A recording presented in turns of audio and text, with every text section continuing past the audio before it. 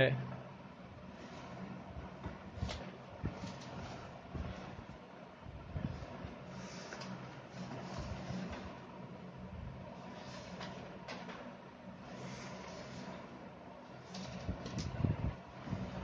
ठीक है, ethical human conduct बता चुका था, और इसके बाद वैल्यूज़ क्या होती है, पॉलिसी क्या होती है और कैरेक्टर बताना था अगले क्वेश्चन में, कि वैल्यूज़ क्या होती हैं, पॉलिसी क्या होती है और कैरेक्टर क्या होता है।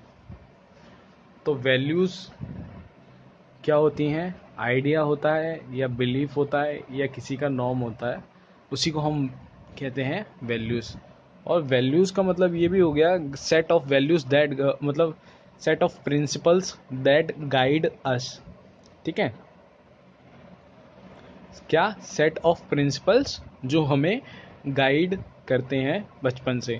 और ये जो वैल्यूज़ है ना, ये हमें हमारे घर से सिखाया जाता है, और इसी के हिसाब से हमारा बिहेवियर जो है वो होता है, और उसी के हिसाब से हम लोगों से रिएक्ट करते हैं, लोगों से बात करते हैं। तो हमारी वैल्यूज़ के हिसाब से हम लोगों का बिहेवियर पता चलता है। तो हर इंसान की डिफरेंट वैल्यूज़ होती हैं, और हर इंसान का डिफरेंट बिहेवियर होता है, और हर इंसान का डिफरेंट कैरेक्टर होता है। तो जो बिहेवियर और कैरेक्टर जो इंसान का होता है वो उसकी वैल्यूज़ पे बेस्ड होता है। और वैल्यूज़ जो होता है उसको हम आइडिया भी बोल सकते हैं, वो बिलीफ भी होता है और नॉर्म्स भी होता है।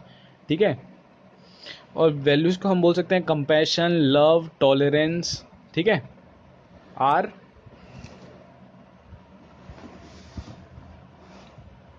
Taught to every child in school.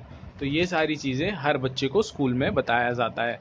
All human beings are equal, values के हिसाब से ऑल ह्यूमन बींग्स इक्वल होते हैं, और डिसिप्लिन्ड होते हैं, और क्या होते हैं, फ्री होते हैं ग्रीड से, और बाकी रेस्ट मतलब कि होता है ना कि ग्रीड को छोड़ के और होता है बहुत सारी चीज़ें होती हैं जो मतलब नेगेटिव चीज़ें होती हैं, उससे उसको छोड़ के पॉजिटिव सारी चीज़ें आप ले सकते हैं वैल्यूज़ में।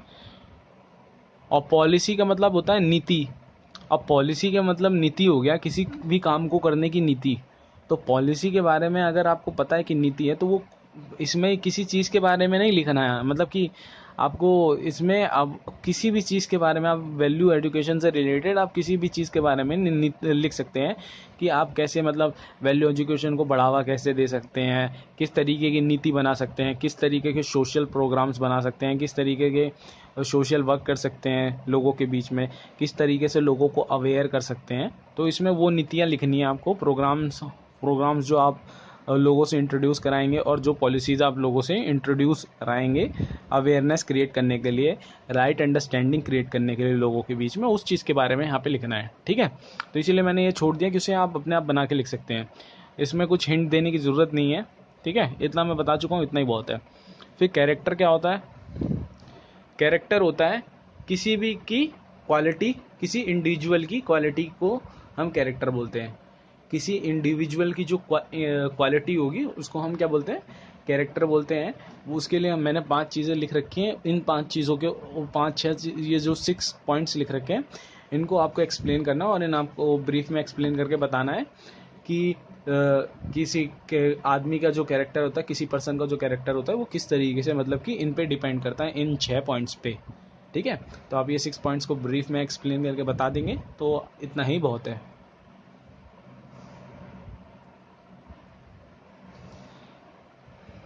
उसके बाद नेक्स्ट क्वेश्चन आता है। नेक्स्ट क्वेश्चन ये बोलता है कि मीनिंग क्या है वर्क इथिक्स का। वर्क इथिक्स मतलब होता क्या है। तो वर्क इथिक्स मतलब ये होता है कि जब हम हार्ड वर्क करने के बाद, हार्ड वर्क करने के बाद जो हमें बेनिफिट मिलता है ना, हार्ड वर्क करने के बाद जो हमें बेनिफिट मिलता है उसको हम वर्क इथिक्स कह सकते हैं। और उस बेनिफिट, जब हम हार्ड वर्क करते हैं, परिश्रम करते हैं, तो हमें जो फीलिंग आती है वो हैप्पीनेस की आती है, प्रोस्पेरिटी की आती है, सक्सेस की फीलिंग आती है, अच्छा लगता है। तो वो सब चीज़ों के बारे में एक्सप्लेन करना है कि feelings, opinions, occupation and the work place. ठीक है, वो सब चीज़ें हो गई। अपना जो एटीट्यूड होगा, अपनी जो प्रोफेशनल रिस्पॉन्सिबिलिटीज़ होंगी, जो हमारे कम्युनिकेशन स्किल होंगे, और जो हमारा प्रोफेशन होगा, उसके बारे में भी बताना है वर्क इथिक्स में। ठीक है, वर्क इथिक्स में इन सब चीज़ों के बारे में बताना है। और it demonstrates inherent qualities of the professional character. और क्या करना है, ये डेमोन्स्ट्रेट करता है इनहेरेंट क्वालिटीज़ किसकी, प्रोफेशनल कैरेक्टर की।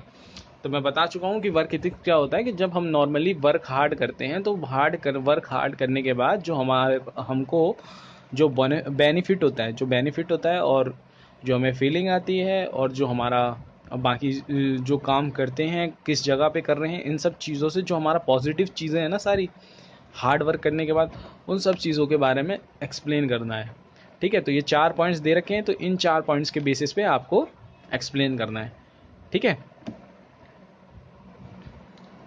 आप देख सकते हैं, अपनी फीलिंग्स को बता सकते हैं, अपने ऑक्यूपेशन के बारे में, अपने वर्क प्लेस के बारे में फीलिंग्स क्या हैं, ओपिनियंस क्या हैं आप लोगों के, और एटीट्यूड क्या है प्रोफेशनल रिस्पॉन्सिबिलिटी की तरफ, कम्युनिकेशन स्किल्स, आपके कम्युनिकेशन स्किल्स कैसे आपने डेवलप करे, ये सब, और demonstrates inherent qualities of professional character, और क्या है इनहेरेंट क्वालिटीज़ किसकी हैं, प्रोफेशनल कैरेक्टर की है।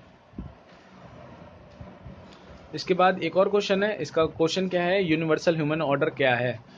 यूनिवर्सल ह्यूमन ऑर्डर मैं 2 बार एक चैप्टर फर्स्ट में पढ़ा चुका हूँ, चैप्टर 4th में भी बता चुका हूँ, चैप्टर 5th में भी आ गया। यूनिवर्सल ऑर्डर ह्यूमन ऑर्डर वही है कि इरेस्पेक्ट ऑफ कास्ट वास्ट ये सब होना चाहिए, मतलब सब लोग बराबर होने चाहिए, इक्वल होने चाहिए, इसी को यूनिवर्सल ह्यूमन ऑर्डर बोलते हैं। लेकिन यहाँ पे हर चैप्टर में थोड़ा थोड़ा सा अलग लिखवा रखा है, तो इसमें भी कुछ दे रखा है कि इसमें our surroundings include air water space and plants and animals for understanding harmony education health, ये सब दे। तो इसमें ये क्या रखा है कि हमारे जो वातावरण है उसमें प्लांट्स पेड़ पौधे ये सब हैं, तो उनके साथ हमें खुशी खुशी रहने के लिए उनके साथ क्या करना पड़ेगा, हार्मनी बना के रखना पड़ेगा। तो अगर हम उन्हें डिस्टर्ब करेंगे तो उनकी वजह से हमारी हार्मनी भी डिस्टर्ब होगी, और इस तरीके से हमारा इकोलॉजिकल बैलेंस बेकार हो जाएगा, बिगड़ जाएगा, और उसकी वजह से फिर हम हार्मनी में नहीं रहेंगे और हमारा यूनिवर्सल ह्यूमन ऑर्डर क्या है, बिगड़ जाएगा।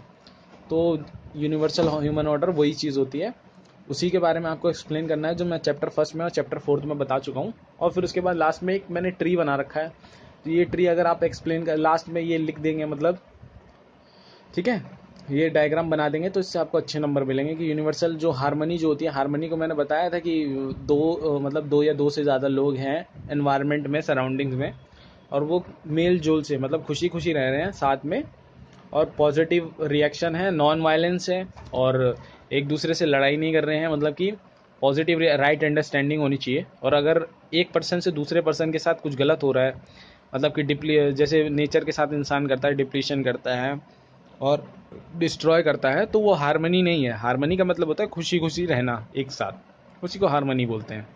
तो उसके लिए ये लास्ट में आप डायग्राम बना दोगे, आप ये डायग्राम बनाओगे तो ज़्यादा अच्छा रहेगा इस क्वेश्चन में, और इससे काफ़ी आपको नंबर, मार्क्स में थोड़े अच्छे नंबर मिल जाएंगे इसको। ठीक है आपको। फिर क्वेश्चन आता है, एसेंशियल क्वालिटीज़ क्या होनी चाहिए एक प्रोफेशनल के अंदर। अब प्रोफेशनल, यार आप लोगों को भी पता है कि प्रोफेशनल कैसा होता है, तो उसकी कुछ क्वालिटीज़ मैंने 7 क्वालिटीज़ लिख रखी हैं, आप वो पढ़ लेना, बहुत आसान है। ये कुछ क्वालिटीज़ लिख रखी हैं, बहुत 7 लिख रखी हैं, आप क्या कहते हैं, इनको बढ़ा चढ़ा के और भी वास्ट में लिख सकते हैं, ऐसा कुछ है नहीं इसमें कि मेरे ख्याल से कि समझाने लायक हो कि प्रोफेशनल बनने के लिए क्या हार्ड वर्क, ये सब आप खुद लिख सकते हैं, ज़रूरी नहीं है जो इसमें लिखा हुआ है।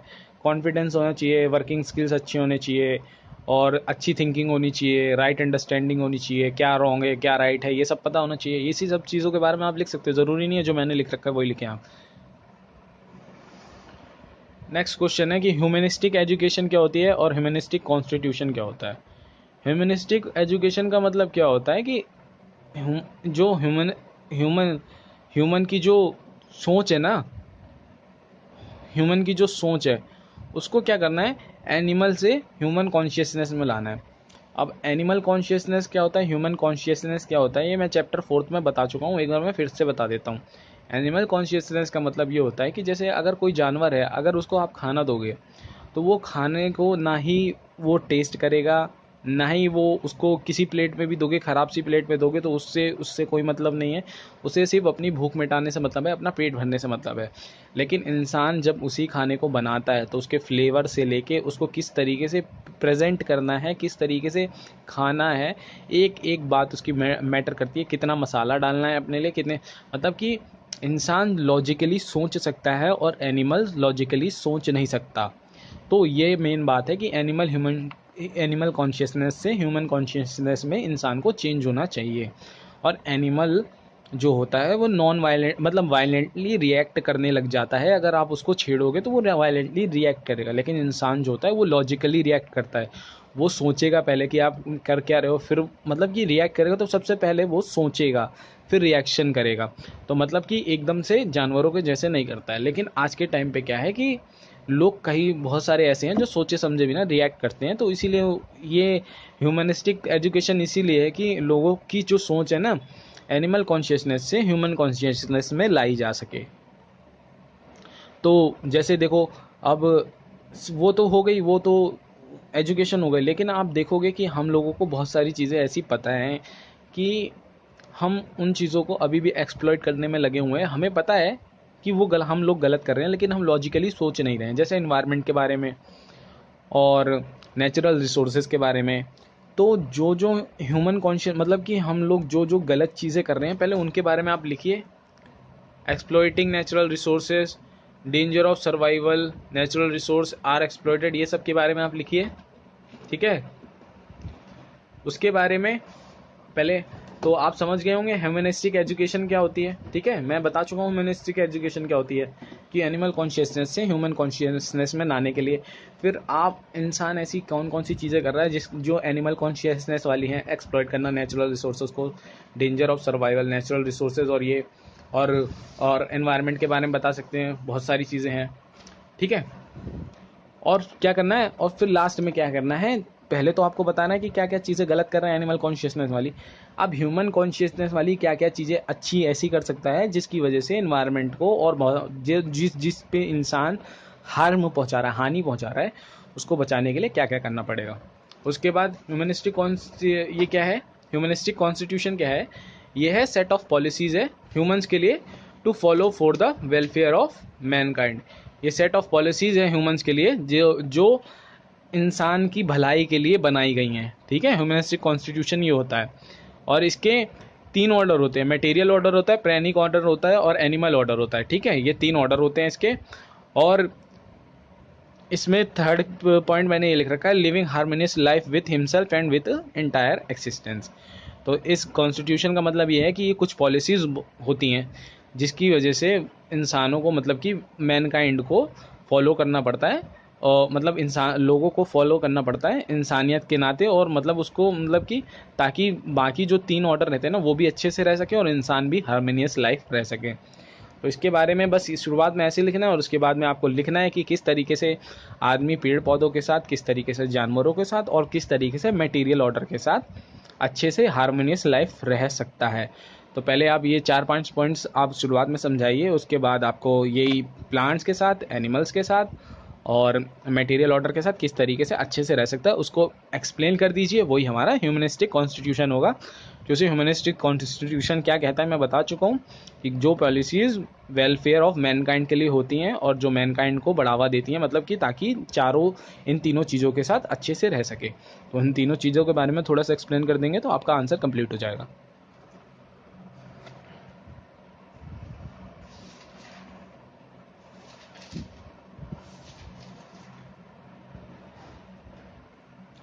नेक्स्ट क्वेश्चन ये है कि what do you understand by professional ethics.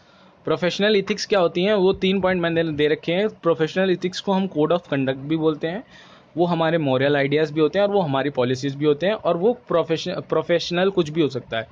ठीक है, एनी प्रोफेशनल हो सकता है। ठीक है, कोई भी प्रोफेशनल हो सकता है। ठीक है, एथिक्स तो मैं बता ही चुका हूँ ना, एथिक्स बता चुका हूँ, एथिकल ह्यूमन कंडक्ट। तो प्रोफेशनल इथिक्स क्या होता है, कोड ऑफ कंडक्ट होता है, हमारे मॉरल आइडियाज़, हमारी पॉलिसीज़, और वो कोई भी प्रोफेशनल हो सकता है। और activity and discipline aimed at understanding the moral values and any particular profession. इसका मतलब ये है कि हमारी जो एक्टिविटी है, जो हमारा जो डिसिप्लिन है, वो सिर्फ उस तरफ फोकस करे, उन मॉरल वैल्यूज़ पे फोकस करे जो किसी पार्टिकुलर प्रोफेशन की तरफ है। ठीक है, every occupation has its set of ethical obligation, और हर ऑक्यूपेशन में अपने सेट ऑफ एथिकल ऑब्लिगेशन होते हैं, और ये किसी भी उसके लिए फिक्स्ड नहीं होता। ये मतलब कि इसको एक बार लर्न कर लिया तो इसका मतलब यानी हो गया, मतलब हर एक ऑक्यूपेशन का अपना एथिकल वो होता है, ऑब्लिगेशन होता है। तो इसको आप अगर याद कर लेते हैं या ऐसा कुछ है तो नहीं, हर ऑक्यूपेशन का एक अपना एथिकल होता है, एथिकल वो ऑब्लिगेशंस होते हैं। ठीक है, तो सिंपल सा ये क्वेश्चन पेपर में पूछा, मैंने अभी तो देखा नहीं है लेकिन पूछा जाता है कि प्रोफेशनल इथिक्स क्या होता है। तो प्रोफेशनल इथिक्स के बारे में मैं बता चुका हूँ 3 पॉइंट, कि ये एक कोड ऑफ कंडक्ट है और अपने मॉरल आइडियाज़ के बारे में आप इसमें समझाइए। मॉरल आइडियाज़ क्या होते हैं आपके, आपकी पॉलिसीज़ क्या हैं, अपनी पॉलिसीज़ के बारे में बताइए, ठीक है। और एनी प्रोफेशनल, कोई भी प्रोफेशनल हो सकता है। प्रोफेशनल कोई भी इसलिए हो सकता है कि उसे हर एक ऑक्यूपेशन का एक अपना प्रोफेशनल होता है। तो इसमें ये नहीं है कि किसी ऑक्यूपेशन से रिलेटेड है, कोई भी हो सकता है प्रोफेशनल। एक्टिविटी और डिसिप्लिन जो है वो इसलिए है कि हमें मॉरल वैल्यूज़ जो हैं हमारी किसी भी प्रोफेशन से, वो मतलब कि राइट अंडरस्टैंडिंग पे बेस्ड होती हैं। और हर एक ऑक्यूपेशन का अपना एथिकल ऑब्लिगेशन होता है, और it is not a fixed text to be learned once. और ये ना ही कोई फिक्स टेक्स्ट है जिसे हम लर्न करके समझ सकते हैं।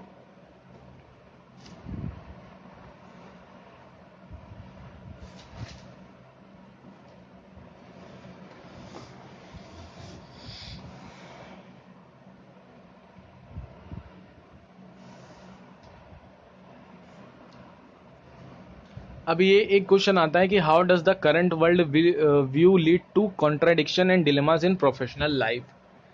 जो करंट की दुनिया है वो हमें किस तरीके से कॉन्ट्राडिक्शन और डिलेमास इन प्रोफेशनल लाइफ कैसे मतलब कि क्रिएट कर देती है। तो उसके कुछ मैंने दे रखा है, मतलब कि किस तरीके से गलत काम करते हैं, मतलब कि क्या क्या क्या कर देते हैं, मतलब कि आज के टाइम पे किस तरीके से करंट वर्ल्ड है, और करंट किस तरीके से वो लीड कर देती है, मतलब करंट जो हमारी दुनिया है वो किस तरीके से उसमें कॉन्ट्रडिक्शन और डिलेमास लीड करते हैं इन प्रोफेशनल लाइफ। तो उसके कुछ पार्ट्स वो दे रखे हैं। तो क्या क्या होता है, जैसे पहला पार्ट दे रखा है कि करप्शन होता है, जैसे हवाला और बेनामी ट्रांजैक्शंस। अब आपने देखा होगा नीरव मोदी वाला बेनामी ट्रांजैक्शन, मतलब वो ट्रांजैक्शन जो बिना किसी नाम पे होते हैं, वो ये करप्शन है। Miss appropriation of funds and tax aviation, मतलब कि फंड्स और टैक्स को ना भरना, और भी बहुत सारी चीज़ें इसके ऊपर भी आप लिख सकते हैं। हंगर, पॉवर्टी, लिटरेसी, इसके ऊपर भी आप लिख सकते हैं। Global warming, natural disaster, endangering health and public safety, cut throat competition. ये कुछ पॉइंट्स हैं जो हमें बताते हैं कि करंट वर्ल्ड किस तरीके से कॉन्ट्रडिक्शन पे मतलब कि लीड करती है आज के टाइम पे। लीड मतलब लेड करती है आज के टाइम पे, ठीक है। तो इसके इन पॉइंट्स के बेसिस पे आप लिख सकते हैं इस आंसर को।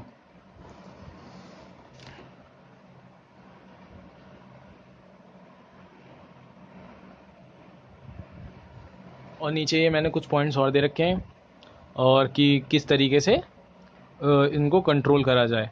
तो ये 4 पॉइंट्स ये बता रहे हैं कि मतलब कि इन से रिलेटेड हैं कि ये इसमें किस तरीके से आप इफेक्ट डाल सकते हैं, और किस तरीके से कुछ स्टेप्स ले सकते हैं ताकि आप इन चीज़ों को रोक सकें। तो ये वो पॉइंट है, ठीक है।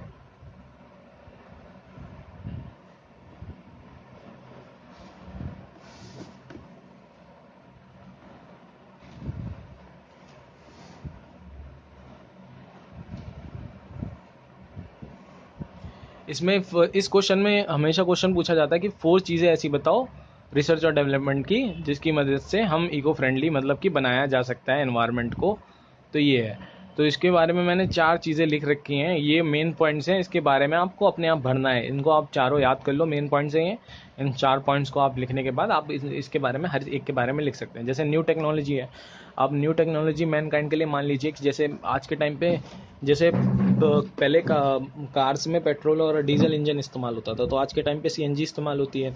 तो न्यू टेक्नोलॉजी है मैनकाइंड के लिए, उसकी मदद से ना ही इन्वायरमेंट को फ़र्क पड़ेगा, ना ही इंसानों को, ठीक है। और social development and latest technology, अब इसमें भी आपको सोशल के लिए कौन कौन सी टेक्नोलॉजी इस्तेमाल करी जा रही हैं। जैसे मेक इन इंडिया के प्रोजेक्ट के थ्रू बहुत सारी सोशलिस्टिक एक्टिविटी को नरेंद्र मोदी जी बढ़ावा दे रहे हैं। तो उनमें से कुछ भी डेवलपमेंट प्रोग्राम्स जो उसके अंडर हो रहे हैं या कुछ भी, और लेटेस्ट टेक्नोलॉजी जो हैं आज के टाइम पे हैं, उनके बारे में आपको समझाना है। और मशीन्स एंड सॉफ्टवेयर्स के बारे में थोड़ा सा आप लिख ही सकते हैं। और people friendly and eco friendly technologies के बारे में लिखना है। और पीपल फ्रेंडली और इको फ्रेंडली टेक्नोलॉजीज़ तो आपको पता ही है। इको मतलब होता है एनवायरनमेंट फ्रेंडली टेक्नोलॉजीज़, जैसे हाइड्रोजन कार आ रही है आज के टाइम पे जो हाइड्रोजन पे दौड़ेगी, तो उसके बारे में लिखना है, ठीक है। और ये लास्ट में क्या है कि इस पे ये तो एक वो हो गया। उसके बाद ये renewable sources which do not harm the environment जो होते हैं ना, वो solar energy, geothermal power plant, wind power plant. ये मतलब कि इसके बाद अगर आप एक्सप्लेन करना चाहें ना ये थोड़ा सा, तो इसको भी एक्सप्लेन कर दिए तो ज़्यादा सही रहेगा, क्योंकि ये भी टेक्नोलॉजी से ही रिलेटेड है, क्योंकि ये भी solar energy, geothermal power और विंड पावर को बताता है। इसको आप फिफ्थ पॉइंट भी मान सकते हैं। इसमें भी आप देख सकते हैं कि सोलर एनर्जी किस तरीके से हम इस्तेमाल कर सकते हैं और ये 5 बिलियन ईयर्स तक चलेगी। जियो थर्मल प्लांट्स जो होते हैं उसकी मदद से हम किस तरीके से एक इको फ्रेंडली मतलब इलेक्ट्रिसिटी जनरेट कर सकते हैं, और विंड पावर की मदद से कैसे हम इलेक्ट्रिसिटी जनरेट कर सकते हैं। तो वही चीज़ें लिखनी है, ठीक है। अब इसमें भी वही लिखना है कि एग्जाम्पल्स बोला है कि पीपल फ्रेंडली और इको फ्रेंडली प्रोडक्शन सिस्टम का एग्जाम्पल दो। तो इसमें भी वही चीज़ें हैं, इको फ्रेंडली और पीपल फ्रेंडली, मतलब जो इको फ्रेंडली होगी वो पीपल फ्रेंडली भी होगी। जैसे आप सोलार एनर्जी, विंड एनर्जी, ये सब चीज़ों के बारे में अगर आप लिखेंगे तो अगर ये इन्वायरमेंट के लिए अच्छी होगी तो इंसानों के लिए भी अच्छी होगी। तो पहले आप इको फ्रेंडली चीज़ें बता दीजिए, लिख के उनके बारे में एक्सप्लेन कर दीजिए, फिर उसके बाद आप लास्ट में ये लिख देना कि if these technologies are eco friendly then these technology will be people friendly also because they will not harm in peoples, मतलब peoples को हार्म नहीं करेंगे, है ना। क्योंकि जो इको फ्रेंडली होगी वही पीपल फ्रेंडली होगी। अगर इन्वायरमेंट को हार्म करेगी तो पीपल को भी हार्म करेगी, क्योंकि हार्मनी तो दोनों के एक साथ रहने की वजह से क्रिएट होती है ना। जब दोनों खुश खुश रहेंगे तभी तो हार्मनी क्रिएट होगी। अब एक दुखी होगा तो दूसरे को भी दुखी होना पड़ेगा, क्योंकि हार्मनी का मतलब यही है कि दोनों चीज़ें एक दूसरे से इंटर रिलेटेड है। तो यही चीज़ है कि जो एक टेक्नोलॉजी इको फ्रेंडली होगी वही पीपल फ्रेंडली भी होगी, उसी को आपको एक्सप्लेन करना है। ये कुछ पॉइंट्स दे रखे हैं, ठीक है।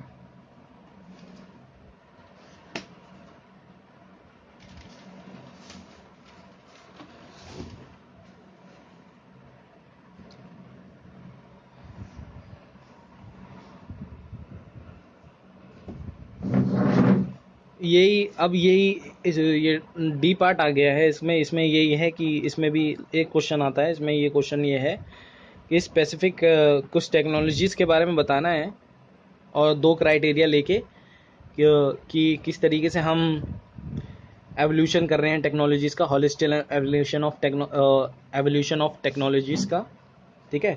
तो आप क्वेश्चन पढ़िए, इसमें बोल रखा है कि स्पेसिफिक क्राइटेरिया लेके हॉलिस्टिक एवोल्यूशन ऑफ टेक्नोलॉजीज बतानी है और प्रेजेंट एडवांसमेंट ऑफ टेक्नोलॉजी करना है on the basis of 2 criteria. तो पीपल फ्रेंडली और इको फ्रेंडली जो मैंने बताया वही चीज़ है, उसी के बारे में, मतलब जो पीछे वाले क्वेश्चन में था वही क्वेश्चन 2 तरीके से पूछा जा सकता है। यहाँ पे भी उसी के बारे में एक्सप्लेन करना है, उसी के बारे में आपको बताना है कि ह्यूमन की नीड्स क्या है, ह्यूमन का किस तरीके से हम प्रमोट कर सकते हैं। देखिए किस तरीके से प्रमोट कर सकते हैं रिन्यूएबल एनर्जी रिसोर्सेज को, लो कॉस्ट पे, एनर्जी एफिशिएंट होनी चाहिए, सेफ होना चाहिए, पीपल फ्रेंडली होना चाहिए, हार्म नहीं करना चाहिए हेल्थ को, और प्रोडक्ट्स मस्ट बी रिसाइकेबल। तो मैंने क्या बोला था कि अगर जो इको फ्रेंडली होगा वही पीपल फ्रेंडली भी होगा। तो अगर हार्म नहीं करेगा मतलब कि इन्वायरमेंट को, मतलब कि अगर वो रिसाइकेबल है तो इसका मतलब इन्वायरमेंट को हार्म नहीं करेगा, क्योंकि जैसे पॉलीथीन है वो रिसाइकेबल नहीं है तो हार्म करेगा इन्वायरमेंट को, क्योंकि आप उसे डंप करोगे तो वो क्या कहते हैं,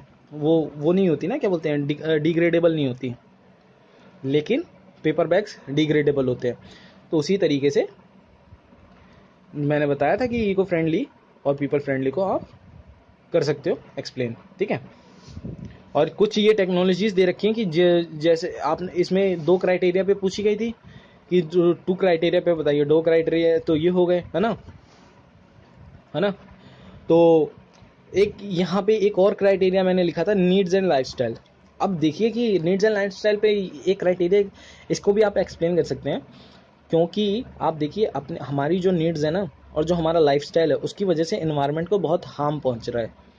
तो आप अपनी नीड्स और लाइफस्टाइल को थोड़ा सा चेंज करेंगे ना, तो मतलब नई टेक्नोलॉजी की मदद से, क्योंकि क्वेश्चन में हमें बताना है कि नई टेक्नोलॉजी की मदद से। तो नई टेक्नोलॉजी, जैसे हम प्लास्टिक बैग यूज़ कर रहे हैं तो प्लास्टिक बैग की जगह अगर हम पेपर बैग्स इस्तेमाल करने लग जाएं, पेपर बैग्स यूज़ करेंगे तो हमारे इन्वायरमेंट को भी हार्म नहीं पहुंचेगा और हमें भी हार्म नहीं पहुंचेगा, और वो एक लेटेस्ट है और उसकी वजह से हार्मनी भी क्रिएट होगी, है ना। तो उसके बारे में और भी बहुत सारी चीज़ें हैं कि लाइफस्टाइल को हम थोड़ा सा और अच्छा बना सकते हैं, और किस तरीके से आप अपने लाइफस्टाइल और अपनी नीड्स को और अच्छा बनाएं और ऐसा करें जिसकी वजह से इन्वायरमेंट को भी हार्म ना पहुँचे, है ना। और ये कुछ इको फ्रेंडली चीज़ें हैं जिनको आप जनरेट करेंगे तो जिनकी वजह से मतलब पीपल फ्रेंडली वो हो जाएंगी। तो ये कुछ पॉइंट्स हैं, आप इन्हें भी देखिए। Eco friendly, eco sanitation, watershed management, biomass based energies technologies, green building material and techniques. तो ये सब चीज़ों की वजह से आज की ये होलिस्टिक लेटेस्ट टेक्नोलॉजीज हैं, ठीक है।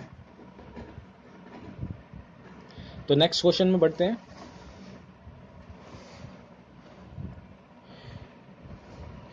तो ये फीचर्स बताने हैं आइडियल मैनेजमेंट मॉडल के। कोई आइडियल मैनेजमेंट मॉडल मतलब कि किसी मॉडल का कोई भी आइडियल ही हो, और कोई वो मैनेजमेंट है, मतलब आइडियल मैनेजमेंट मॉडल है। आइडियल मैनेजमेंट मॉडल के हमें फीचर्स बताने हैं, ठीक है। तो कोई भी कैसे बन सकता है मतलब कि आइडियल मैनेजमेंट मॉडल। तो regular and fair approval of hard work होना चाहिए, ठीक है। कंटिन्यूस वैल्यू एडिशन होना चाहिए वर्किंग सिस्टम को। इफेक्टिव इंटीग्रेशन ऑफ इंडिविजुअल होना चाहिए। A whole unit of worker working together with a feeling of brotherhood. मतलब इसके में सारी पॉजिटिव चीज़ें आपको लिखनी है एक आइडियल इंसान होने के लिए।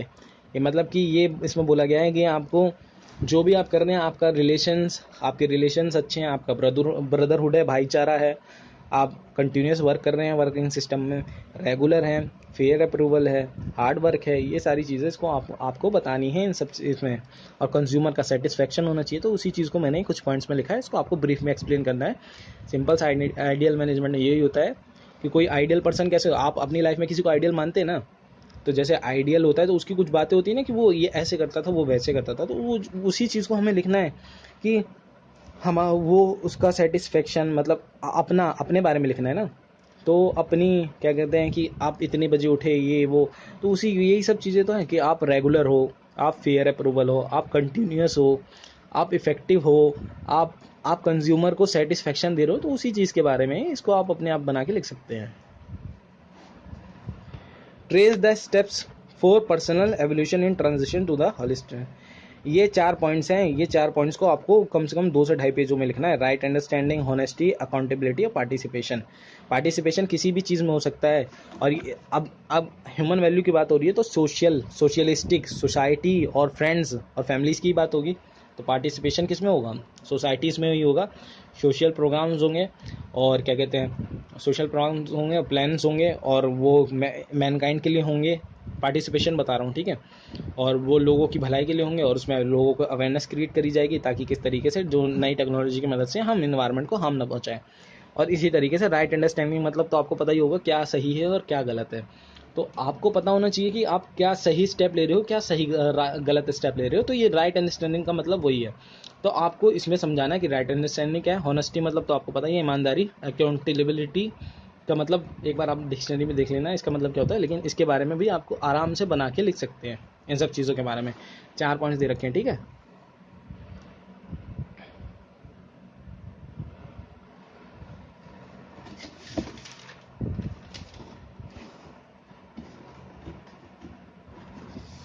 लास्ट क्वेश्चन हमारा ये है कि ट्रेस करो steps for evolution at the level of society in transition to the holistic alternative. कुछ स्टेप्स लीजिए, एवोल्यूशन करना है सोसाइटी का होलिस्टिक किस तरफ, transition to the holistic alternative की तरफ। कुछ स्टेप्स ऐसे लीजिए जिसकी मदद से एवोल्यूशन हो सके सोसाइटी का in transition to the holistic alternative. तो ये मैंने बता चुका हूँ कि एनवायरनमेंट से रिलेटेड किस तरीके से आप सोसाइटी में क्रिएट कर सकते हैं अवेयरनेस, इको फ्रेंडली मेजर्स लेके, और प्रोफेशनल लाइक इंजीनियर्स, डॉक्टर्स और बिजनेस जो होंगे वो किस तरीके से क्रिएट कर सकते हैं सोसाइटी में, और इम्पोर्टेंस बता सकते हैं ह्यूमन वैल्यूज़ और प्रोफेशनल इथिक्स की। ये सब चीज़ें आप जब लोगों को बताएंगे, अवेयरनेस क्रिएट करेंगे, तो आप ह्यूमनिस्टिक एजुकेशन की तरफ आप बढ़ेंगे, ठीक है।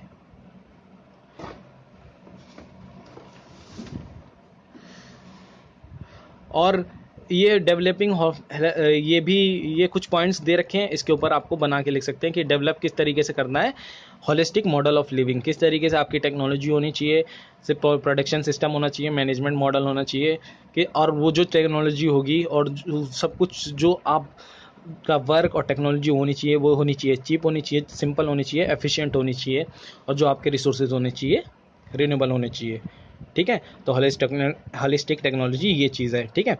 और उसके कुछ पॉइंट्स ये रहे।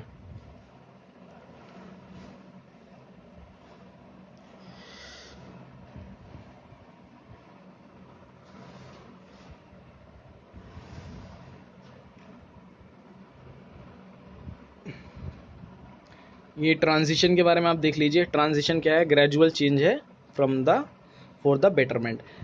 ट्रांजिशन इसमें बोल रखा, क्वेश्चन में बोल रखा है कि क्या स्टेप्स लें हम ट्रांजिशन के लिए करंट स्टेज से होलिस्टिक अल्टरनेटिव पे जाने के लिए eight the level of society. मतलब कि ट्रांजिशन के लिए हम करंट स्टेट से होलिस्टिक अल्टरनेटिव पे मतलब टू द होलिस्टिक अल्टरनेटिव पे जाने के लिए लेवल ऑफ सोसाइटी पे हम क्या स्टेप्स लें और उसको एक्सप्लेन करो। तो ट्रांजिशन होता क्या है? छोटा चेंज होता है अपनी लाइफ को बेहतर बनाने के लिए।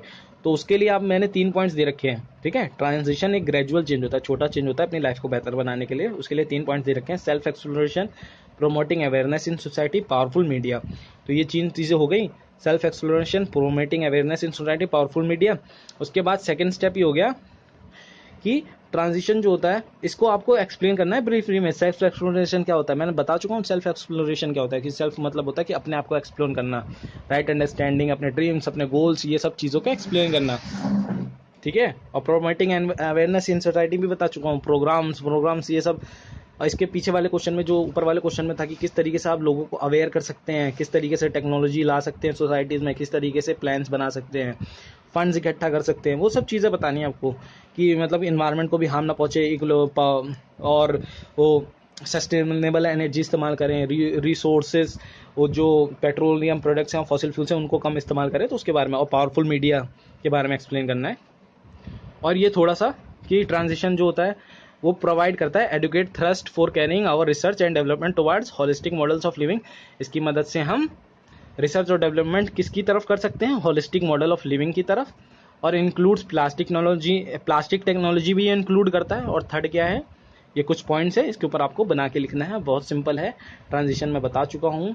और ये पॉलिसी एंड प्रोग्राम्स है, किस तरीके से हम इस तरफ सोसाइटी की तरफ बढ़ सकते हैं, लेवल ऑफ सोसाइटी की तरफ बढ़ सकते हैं ट्रांजिशन की मदद से होलिस्टिक करंट स्टेट से होलिस्टिक अल्टरनेटिव स्टेट की तरफ जब बढ़ेंगे तो लेवल ऑफ सोसाइटी, और लेवल ऑफ सोसाइटी पे हम किस तरीके से क्या क्या कर सकते हैं, क्रिएट कर सकते हैं harmony, self exploration, value education, human goals. तो इस तरीके से ये आप देख सकते हैं। अगर आपको कोई डाउट है या कोई दिक्कत है तो प्लीज़ आप कमेंट करिए और मैं उस डाउट को क्लियर करूँगा। और थैंक यू वेरी मच। और ये मेरा चैप्टर 5th कंप्लीट